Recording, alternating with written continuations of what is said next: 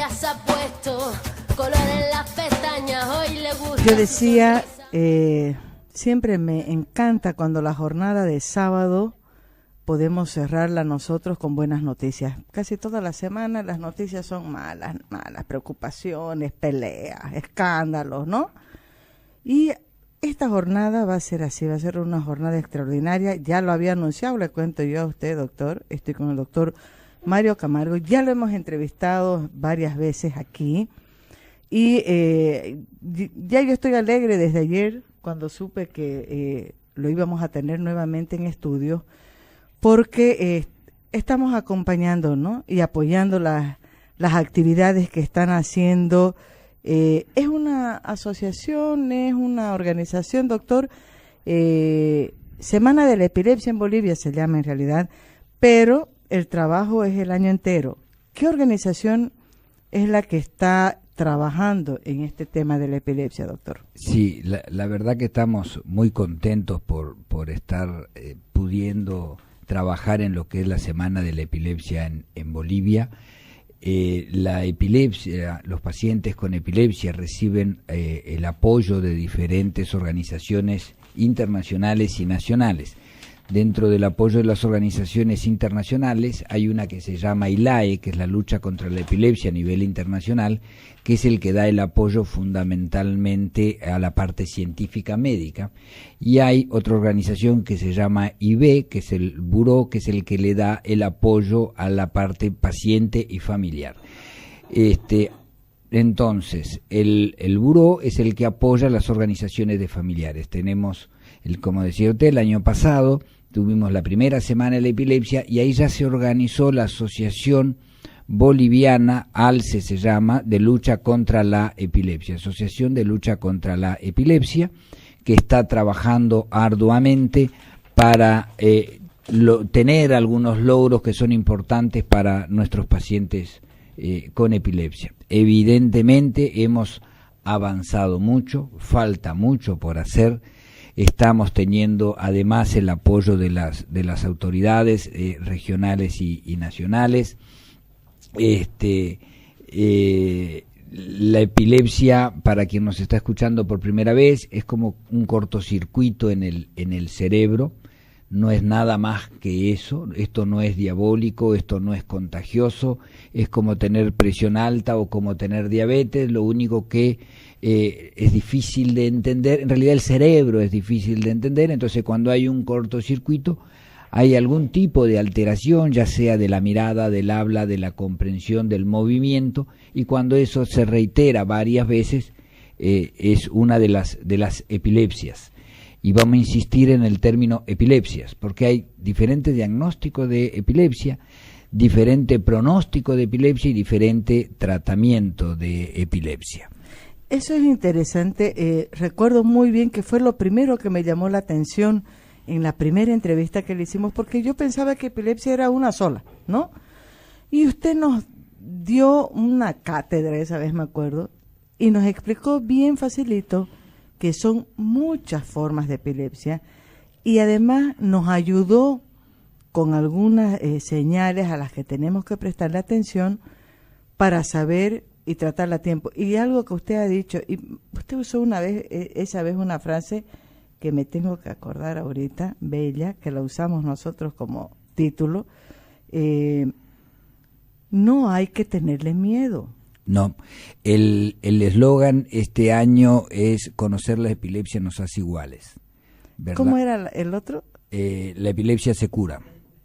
La epilepsia se puede curar. El 70% de los pacientes en el mundo desarrollado y cada vez más cerca a nosotros podemos curar a los pacientes con epilepsia con tratamiento medicamentoso. El tema de los medicamentos es toda una situación compleja porque van costos desde 1 boliviano al día hasta 70 bolivianos al día, lo que es mucha plata. Pero dependiendo el tipo de epilepsia. El tipo de epilepsia, el tipo de medicamento que tenga que recibir. Y hay un porcentaje del 5 a 10% que se llaman epilepsia refractaria, que son los pacientes que no les va bien con medicación, pero se pueden beneficiar con la cirugía de la epilepsia, que se acuerdan que el 30 de marzo, o sea, el año pasado, 2015, tuvimos los primeros 2 casos de cirugía aquí en Santa Cruz, y contarles además la buena nueva, que ya vamos más de un año. Alejandra y Moisés tenían 20 crisis por mes, o sea, casi una crisis por día, y desde el día de la cirugía no han vuelto a tener ningún tipo de crisis, y están haciendo una vida todavía con medicamento, pero una vida libre de crisis. ¿Qué edad tienen Alejandra y Moisés? 21 y 22 años. Jovencito. Sí, jovencito. Y en el caso de ellos, ¿fue detectado cuándo el problema de la primera epilepsia? crisis casualmente de los dos fue a los 5 años. Alejandra pasó un tiempo sin tener crisis y volvió a tener su segunda crisis a los 10 años, y de ahí empezó a tener crisis hasta que se la operó. El tema de Alejandra, que los cuentan los padres en forma clara y contundente, hubo todo un sufrimiento porque, el paciente con epilepsia sufre discriminación, los niños tienen problema en la escuela, y peor, para trabajar, no me los puedo adultos imaginar. tienen problema en el trabajo, tienen una crisis y los cambian en vez de ayudarlos a tomar la medicación y a curarse, en fin, y además hay todo un componente psicoemocional que influye en el paciente, y muchas veces existe el riesgo que la familia o algún médico que no está metido en el tema diga: no, esto es un problema de nervios, es una niña malcriada, bueno, en fin. Entonces, todo eso es en lo que estamos trabajando en esta Semana de la Epilepsia. Por eso vamos a tener en la Semana de la Epilepsia 3 etapas bien importantes. Una científica, que este año es en la ciudad de La Paz, va a ser lunes, martes y miércoles. Este lunes ya arranca. Este lunes arranca, lunes, martes y miércoles en La Paz. Están viniendo 5 profesores de primer nivel a transmitirnos sus experiencias para que todos los neurólogos de Bolivia participemos en esos eventos. ¿Quiénes vienen? ¿Se acuerda, Sí, doctor? claro que sí. Viene Silvia Cochen de Argentina, viene Alejandro Scaramelli de Uruguay, viene también de Uruguay Cristino, la licenciada Cristino, que también hacen electroencefalografía, porque no solo vienen a ayudarnos a mejorar en epilepsia, sino en los tipos de estudios que se van a hacer. Así que bueno, eso es lo importante, ¿verdad? Eso va a ser en La Paz. Eso va a ser en La Eso Paz, ya lunes, fue promovido martes y antes, miércoles. ya Sí, están eso es inscritos. eso es a nivel de los especialistas, ya tienen sus cupos reservados, digamos. Jueves y viernes, aquí en Santa Cruz, hay la actividad a partir de las 7 de la tarde en el Colegio Médico, absolutamente gratuito, libre a todo médico, dirigido fundamentalmente a los médicos de atención primaria, a los médicos de familia, a los ginecólogos, porque es todo un tema la mujer y la epilepsia, el embarazo y la epilepsia, el amamantamiento y la epilepsia. O sea, hay que trabajar mucho en la educación de los médicos que tienen con los pediatras, que tienen el primer contacto con el paciente. Los neurólogos clínicos somos pocos, entonces tenemos que apoyarnos en el médico de atención primaria. Muchos de los pacientes con epilepsia puede manejarlos en forma adecuada, en forma concreta, el médico de atención primaria. Me estoy acordando cuando lo escucho, doctor, hablar de este tema, de una entrevista que le hice a la doctora, la responsable del Instituto Peruano en el tema del cáncer, y recuerdo muy bien algo que me quedó grabado, la alianza que ellos han logrado precisamente con todo el nivel de atención primaria para que haya la prevención, como la detección precoz del cáncer, sí, y evitar que llegue a mayores. Eso es lo Similar que queremos. Para el tema de la epilepsia. Sí, en realidad estamos trabajando con la OPS y con la OMS, donde la política es clara en que tenemos que apoyar y tenemos que ayudar la formación de todos los médicos, pero fundamentalmente de los de atención primaria y de los pediatras, para que hagan la captación del paciente, para que no lo devuelvan a su casa, para que orienten cómo estudiarlo, para que nos ayuden a quitar el tabú del paciente con epilepsia, para que le quitemos ese chip a los familiares de que el paciente con epilepsia tiene que ir, no puede ser profesional, y sí puede ser, ¿verdad?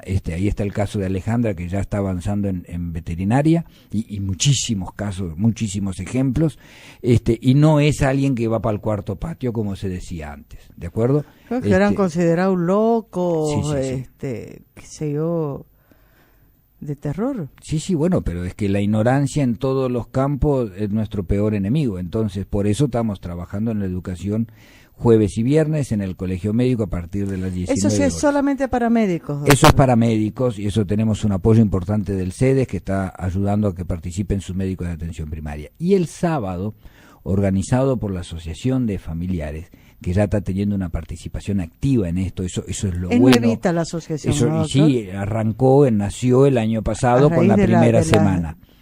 Y están teniendo una participación activa. Ellos están haciendo una actividad con la ayuda de todos nosotros en la Manzana 1 a las 5 de la tarde el próximo sábado. No hoy, sino el próximo sábado.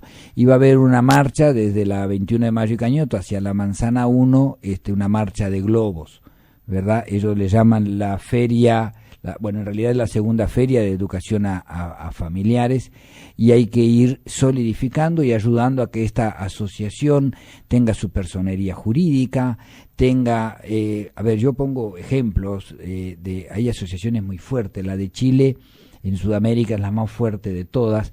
Esta asociación tiene logros importantes, como tener una farmacia y a menos del 50% los medicamentos. Entonces, es importante que no nos quedemos solo con el tema de que los neurólogos mejoremos nuestro nivel científico, o que algunos se favorezcan con cirugía. Tenemos programado 3 cirugías más antes de fin de año. Ya se están ultimando los últimos detalles. Doctor, ese sí ha sido un logro extraordinario, porque las 2 del año pasado fueron las primeras que se han hecho en Bolivia, ¿no? En realidad en Bolivia ya se hicieron, en La Paz ya se hicieron cirugías. De este mismo nivel. En realidad, cuando hay un tumor que causa una epilepsia, y uno saca el tumor y el resto del parénquima, de cierta manera uno está haciendo cirugía de la epilepsia. ¿Cuál es la diferencia en estos casos? Que nosotros fuimos a buscar el paciente en la sociedad, ubicamos el paciente que tenía epilepsia refractaria, se hizo los estudios, se llama video electroencefalograma, es decir, nosotros los encerramos al paciente 2, 3, 4 días, Moisés tuvo 4 días, hasta que tengan crisis, y nosotros los registramos. Entonces documentamos en forma exacta, lo más milimétrico posible, cuál es la zona del cerebro que está descargando, ¿verdad? Entonces, es como que en vez de ir a sacar, por poner un ejemplo, 5 centímetros cuadrados de cerebro para sacar el foco, lo que hacemos, nuestro trabajo, el entrenamiento que hemos hecho y que seguimos haciendo, es identificar la zona más precisa para sacar la menor cantidad de cerebro, sacar solo lo que se llama foco epileptógeno, y no sacar parte del cerebro que cumple otra función. Que no tiene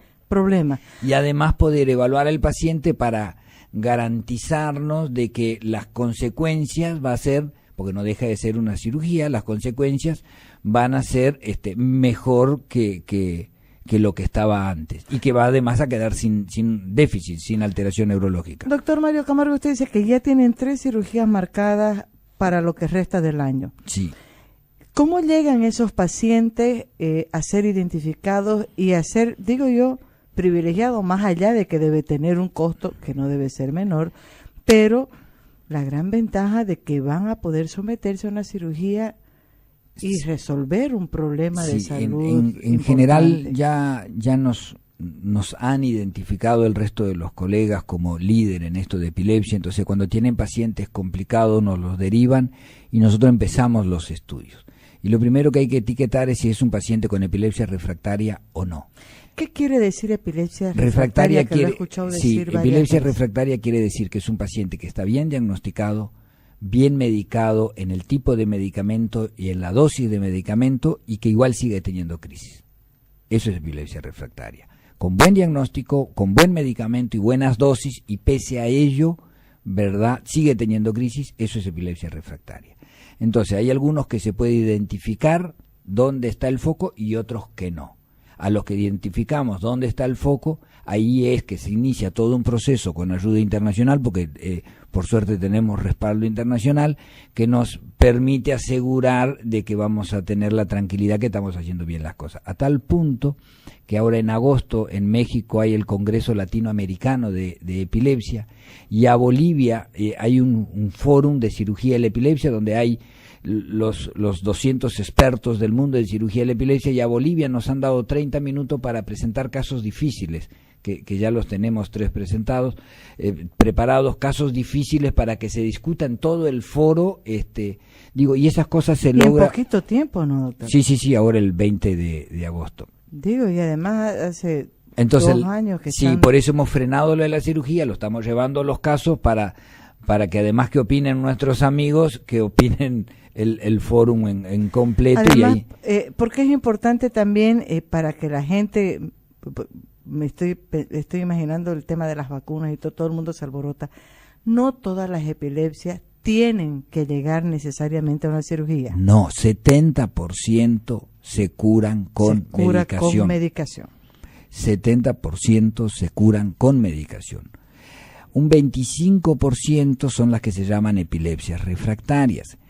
Algunas de esas son las que pueden ser candidatos para cirugía después de un proceso de estudio. Y otro tema que quiero resaltarlo, porque si no, no sería justo, en las 2 cirugías que se hicieron, una cirugía de epilepsia, dependiendo del país, anda entre 70 y 120 mil dólares, ¿verdad?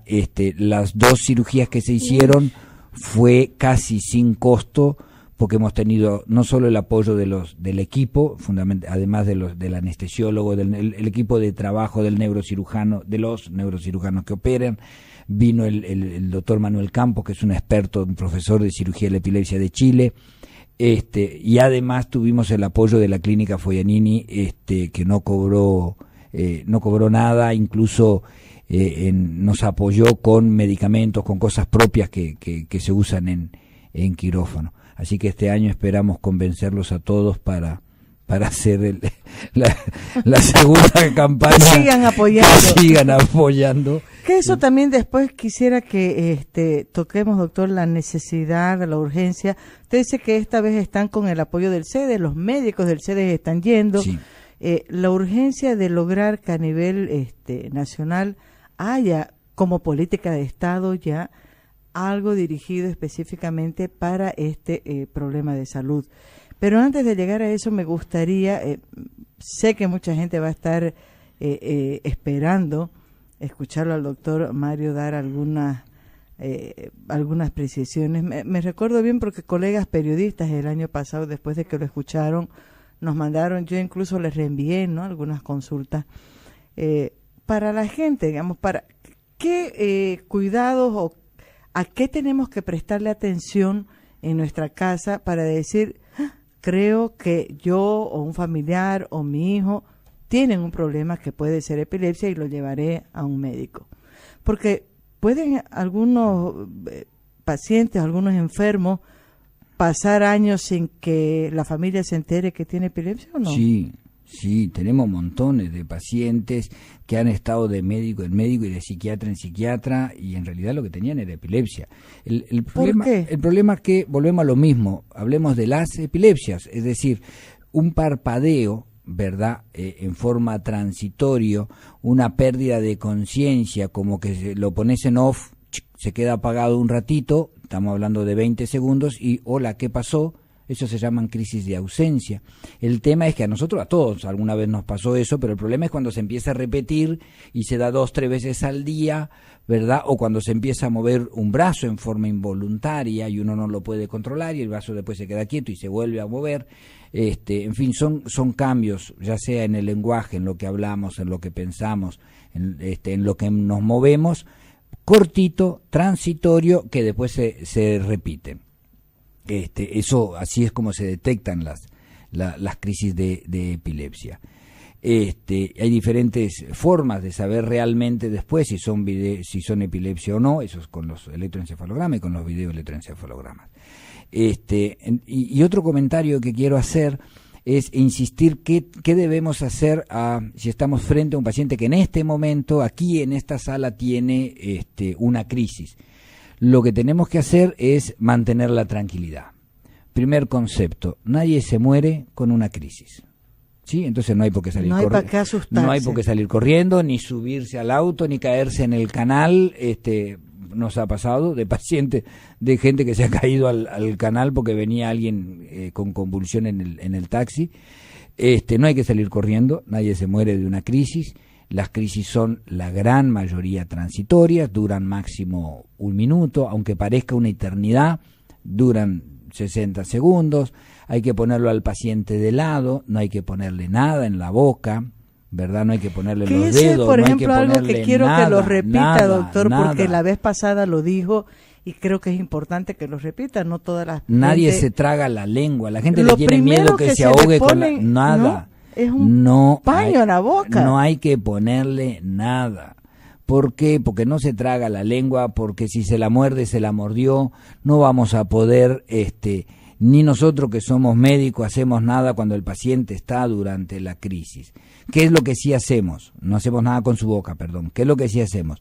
Cuidamos que no se golpee, ¿verdad? Lo ponemos de lado, lo lateralizamos porque la saliva, en vez de, tiene que salir para afuera, si no se va a los pulmones, que ese es un tema, ¿verdad? Y esperar que se pase la crisis. ¿De acuerdo? Que no haya corriente, que no haya riesgo, que no esté en una escalera y que se caiga. Que no se corte. Que no se lastime, pero listo, y pasa la crisis, ¿de acuerdo? Y si es un paciente que ya sabemos que tiene epilepsia, no tenemos por qué salir corriendo, no tenemos por qué asustarnos. Es pánico, ¿no? Lo que viene. Claro, exacto. ¿Cuándo hay que ir a una clínica?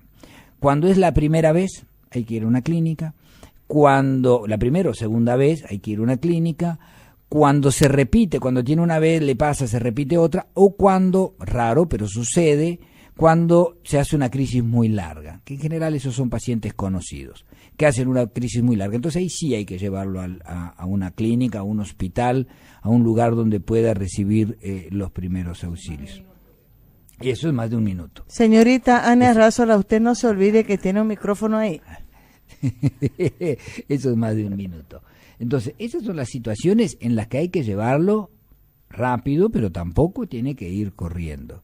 Eso no importa si es un niño, un joven, un adulto, los cuidados, las precauciones son las mismas para cualquiera. Son las mismas. Por ahí hacer hincapié a que si es niño y es por fiebre hay que bajarle la fiebre. O sea, ¿hay un síntoma de fiebre? Claro, hay algo que se llama convulsión febril, que se dividen en dos, las típicas y las atípicas. Las convulsiones febriles típicas, digamos, son niños que no tienen absolutamente nada en el cerebro, pero la fiebre se subió muy alta y ellos tienen la crisis. Le hacemos electroresonancia, lo estudiamos todo, no le encontramos nada y ni siquiera los medicamos, ¿verdad? Porque son convulsiones febriles o una convulsión febril, y eso en general se da en niños preescolares. Y lo que hay que hacer es bajarle la fiebre, ¿verdad? ¿Y cómo uno puede diferenciar entre una y otra convulsión? ¿Cómo saber esta convulsión es por la fiebre simplemente o esta convulsión que le ha venido es porque tiene un problema? Ahí es donde estamos trabajando con atención primaria, con pediatría, con los médicos que hacen las emergencias, porque a ver, buena su pregunta. ¿Cómo sé yo si es una convulsión febril o es la primera convulsión de un paciente con meningitis que también tiene fiebre y también tiene convulsión? Bueno, por eso dijimos, la primera convulsión tiene que ir al hospital. Mientras lo llevan al hospital, que no lo caliente, que lo enfríen, que si puede tomar algo, que le bajen la fiebre.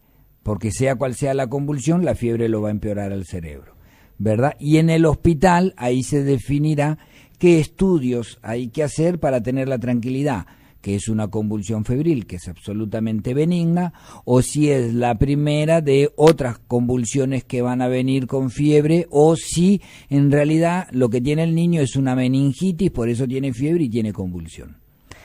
Doctor, ¿hay algún factor que puede incidir en que una persona tenga epilepsia o uno nace ya con el problema? No se nace con el problema. Hay algunos, y estamos hablando de un 20 a 30% de pacientes que tienen algún componente genético que lo predispone a tener crisis. Y le voy a poner un ejemplo. Nosotros tres de repente pasamos 4 días sin dormir, jugando cosas electrónicas, tomando estimulantes, y de repente yo tengo crisis y ustedes dos no. ¿Pero por qué? Porque tengo un umbral menor, menos defensa para tener crisis. ¿Me entiende? Pero si ustedes dos siguen pasando 4, 5, 6 días, van a terminar teniendo crisis. Por ahí yo tengo mayor predisposición a tener una crisis, sea genética o adquirida. Porque, a ver, la primera causa en países subdesarrollados de crisis de epilepsia es la neurocisticercosis. Y la neurocisticercosis es la famosa triquina que le llama la gente, que eso es por cochinos, porque no nos lavamos la no nos lavamos la mano después de ir al baño. Para que no digan que no entienden lo que está hablando el doctor, por favor. Claringo está. La cisticercosis es la que se transmite en la caca del chancho, que va a la frutilla y a las lechugas, que no las lavamos bien, que en toda esa zona en la zona de Samaipata, en la zona de Valle Grande, hay mucho en los valles, pero no tiene la culpa el pobre chanchito. El que tiene la culpa somos nosotros, que somos cochinos y que no lavamos la frutilla y que no lavamos la lechuga y que vamos al baño porque la comemos y en nuestra materia fecal, en la caquita, sale los huevos. Entonces, al limpiarnos y no hacernos la higiene de manos, nos quedan en nuestras manos. Y vamos y agarramos. Y después vas y agarras el pan, o agarras algo, o cocinaste y contagiaste a los 10 que comieron el majado con huevo frito. Me dio hambre. Y yuca cocida. Por favor. Entonces, no es culpa del chanchito de la cisticercosis, ¿verdad? Entonces, la primera causa de epilepsia en los países subdesarrollados es la cisticercosis. Por eso hay toda una campaña en el mundo, epilepsia y cisticercosis.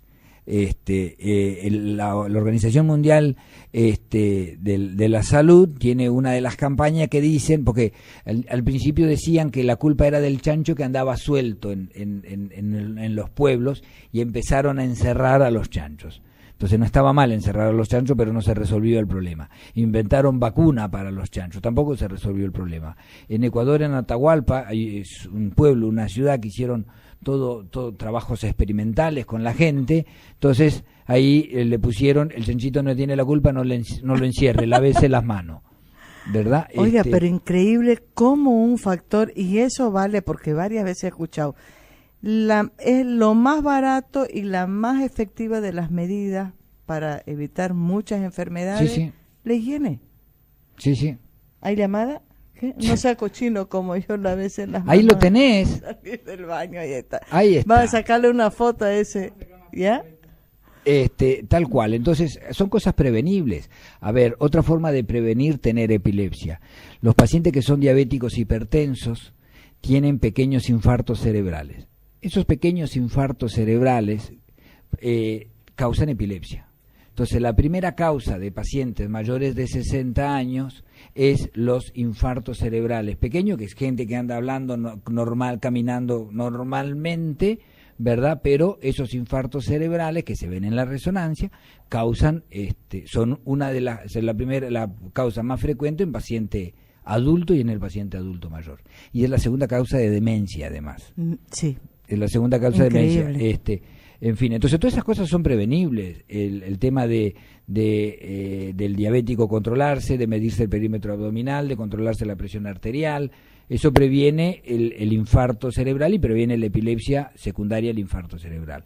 El lavarnos las manos, el lavar la lechuga y la frutilla previene la cisticercosis, que previene termina previniendo la epilepsia. Es la primera causa en países subdesarrollados. Ahora, usted hablaba, antes de que entremos a la entrevista, de un señor joven, me imagino que está de líder ahorita en la Asociación de Padres. Él perdió a su niña, chiquitita. Sí. Y usted nos hacía referencia a un grado de epilepsia que es el más grave de todos. ¿Eso nace alguien con ese grado de epilepsia o también es adquirida la enfermedad? Y es bueno remarcar, no es que contagie, porque lo primero que la gente dice... Hay algunas epilepsias que se llaman epilepsias catastróficas, que son el síndrome de Dravet es una de ellas, que son que pueden llegar a tener crisis de 3-4 horas, que pueden llegar, sí, arrancan y no hay con qué parar las crisis, son 3-4 horas de crisis. Pueden llegar a tener de estas crisis 2 o 3 al día, ingresan a terapia intensiva una vez por semana, en fin, y entonces, bueno, hay gente que sufre tanto que se termina comprometiendo, ¿verdad? Misericordia es el apellido de este señor. Yo quisiera que ustedes lo tengan. Que yo le pregunté al doctor, ¿es su apellido de verdad o es por el padecimiento No, que ha tenido? No, es su apellido de su papá y de él. Me gustaría comprometerlos. Lo tenemos que traer la próxima semana. El sábado, aprovechando que la jornada va a ser en la tarde, exacto. Lo traemos, doctor, está comprometido. Y él les va a contar la historia, que si bien es una historia con un inicio triste, él y la gente que lo apoya tienen mucha fuerza de voluntad para que no pasen lo que ellos pasaron, ¿verdad? O sea, quien hace un camino no quiere que los demás sufran atrás. En ese caso sí era irreversible, doctor.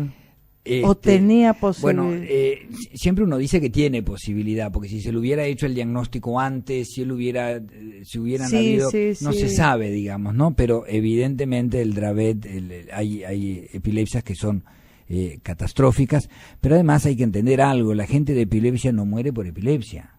La gente de epilepsia muere por alguna complicación, ¿verdad? Su hija murió porque hizo una neumonía intrahospitalaria. Tantas veces entró a terapia intensiva, se quedan tan inmunocomprometidos que en realidad de epilepsia no se muere.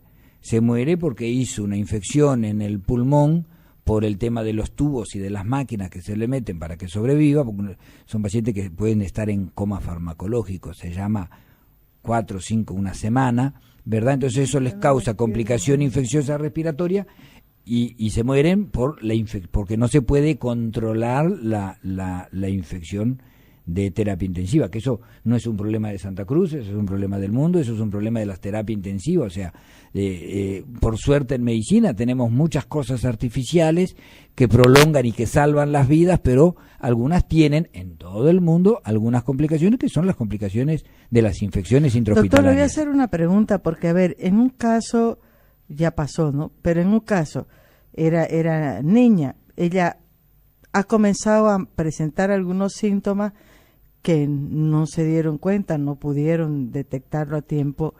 ¿De qué tipo?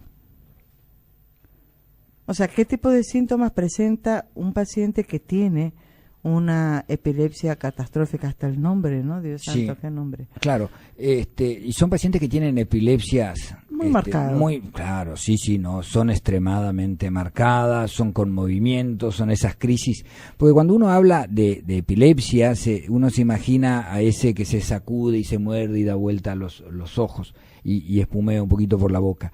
Pero estos pacientes tienen epilepsias largas, enseguida buscan auxilio. Pero bueno, hoy hay estudios y hoy hay medicamentos que hace 2-3 años no los teníamos. Ahora, doctor, no quiero que termine nuestra entrevista sin que hablemos de este tema, que es un tema de fondo. Usted decía que un tratamiento puede ir tanto de 1 boliviano al día como de 70 bolivianos al día, sin contar las complicaciones por el trabajo, el estudio, la discriminación, tantos problemas. Este es un problema de enfermedad grave. ¿Qué porcentaje de la población lo padece? ¿Y cuán importante es que exista una política pública en salud dirigida concretamente a la epilepsia? Sí, si carecemos de algo es de estudios epidemiológicos, porque los estudios epidemiológicos tienen costo, ¿verdad? Y necesitan dedicación. Pero extrapolando, podemos decir que hay en Santa Cruz 200 a 400.000 personas que tienen o que van a tener o que han tenido epilepsia. Sí es un problema de salud pública, por varias razones, por las implicancias médico-legales que tiene, por las consecuencias que tienen. Es decir, nosotros, y quiero ejemplificarlo, nosotros hemos atendido, gracias a la semana del año pasado, hemos atendido pacientes que venían teniendo 4 o 5 crisis al mes todos los meses y llegaron a nosotros, y cuando digo nosotros es el grupo que trabaja en epilepsia, y le dijimos, lo único que hay, a usted no hay que gastar más, lo único que hay que hacer es ajustarle la medicación. Le ajustamos la medicación y dejó de convulsionar, no tienen epilepsia. Nosotros tenemos un número importante, así como este ejemplo, yo le diría más de 100, no tengo el número exacto, porque en eso estamos trabajando ahora, para demostrar que el tema, solo el tema educativo de ajustar, no hicimos otra cosa, lo único que hicimos fue ajustarle la medicación, porque la gente tiene el tabú que dice, ay, pero está tomando tal remedio 2 pastillas al día. Sí, señor, ¿y sabe qué? Tiene que tomar de repente 10, porque esta es la medicación y tenemos que insistir en la dosis y tenemos que controlarlo y le aseguramos, bueno, no se puede asegurar en medicina, pero digo, las estadísticas dicen que no debería tener complicaciones. Doctor, me está saltando aquí el ojo, ¿será que...? Sí. Me salta mucho, pero me dicen que es de nervios. Funcional es. ¿Qué? Estrés, funcional. ¿Será solamente estrés? Aquí, así. Ya yo estoy, ahí digo, ¿será que yo estoy consciente? Sí, salió una consulta. No, ya una vez le conté al doctor, yo tuve una crisis que me dijeron en esa oportunidad que era eso. Estaba yo en un estrés terrible y no recuerdo, dicen que me paré y caí dura y estuve semanas como si hubiera hecho una maratón, pero no recuerdo nada. Yo desperté y estaba todo el mundo encima, ¿no? Y duró segundos. Claro, por eso hay que tener claro el diagnóstico diferencial. Ya yo digamos. le hice, aquí aproveché pues consulta gratuita con el doctor. Ayer atendí un muchacho, un jovencito, ¿verdad?, que le habían dicho que tenía crisis, que había tenido 2 crisis, y en realidad lo que no tuvo crisis de epilepsia, sino que tuvo síncope vasovagal, que es algo que se parece mucho, que también que la gente se desmaya, cae al piso, pero ¿qué era eso? Un síncope vasovagal es cuando hay un problema de que la presión arterial se baja de golpe, ¿verdad? Entonces, nada, es darle la tranquilidad, eso no es epilepsia, igual se hizo los estudios, está normal, y listo, vaya, llévelo a su hijo, a que haga una vida normal porque no es epilepsia. Doctor, creo que ¿cuántas consultas no habrán? Me imagino que todo el mundo lo debe parar en la calle. Doctor, siento esto, no tengo epilepsia, no sé. Por eso creo que es muy importante que ustedes vuelvan a hacer esta semana de la epilepsia. ¿Verdad que hay una parte que es para los médicos, es más científico? Están las otras jornadas que usted ha anunciado, que de verdad, ¿no? Si los médicos que atienden en el servicio y les voy a primario les voy a contar algo que estamos estas cuestiones elementales. Sí, y le voy a contar algo que estamos orgullosos. A ver. Empezamos la semana de la epilepsia en Santa Cruz, logramos proyectar para que sean los próximos 5 años en Bolivia, rotando por cada departamento.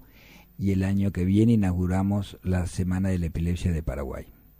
Se nos ha pegado Paraguay. ¿Cómo? A ver. Se nos ha pegado Paraguay porque vieron que la repercusión que hemos tenido, la forma de educar, por eso el año pasado se llamaba Plan Piloto Semana de la Epilepsia, ¿verdad? Y la OPS nos estaba haciendo seguimiento a ver qué repercusión teníamos. Entonces, como fue un logro importante, como ustedes vieron, no solo vamos a tener para poder hacer el año que viene en Cochabamba la parte científica y todo lo demás seguimos en Santa Cruz, sino que además en el 2017 empieza la Semana de la Epilepsia de Paraguay. ¡Qué belleza! Ahora, doctor, algo que es importante, quiero que usted vuelva a recordarle a nuestra audiencia. El sábado de la próxima semana, exacto, hay una oportunidad extraordinaria, gratis, libre, sin tiempo, ¿no? Sin pagar consulta, de ir y despejar muchas dudas que estoy segura. ¿Cuánta gente que lo ha escuchado ahorita el doctor Mario Camarón debe estar pensando, ¿no? ¿Será que yo, mi primo, como yo le dije ahorita, y doctor, me está saltando el Es una oportunidad extraordinaria. Pero además ustedes tienen un portal, doctor, hay una forma, por ejemplo, ya ahora, de comenzar a buscar una información. Sí, en la página de la asociación ALCE, ALCE, que significa Asociación Lucha contra la Epilepsia, ahí pueden ir buscando información o hacer las preguntas, y la otra es en la página de Neurocenter, que también tratamos de resolver todas las preguntas.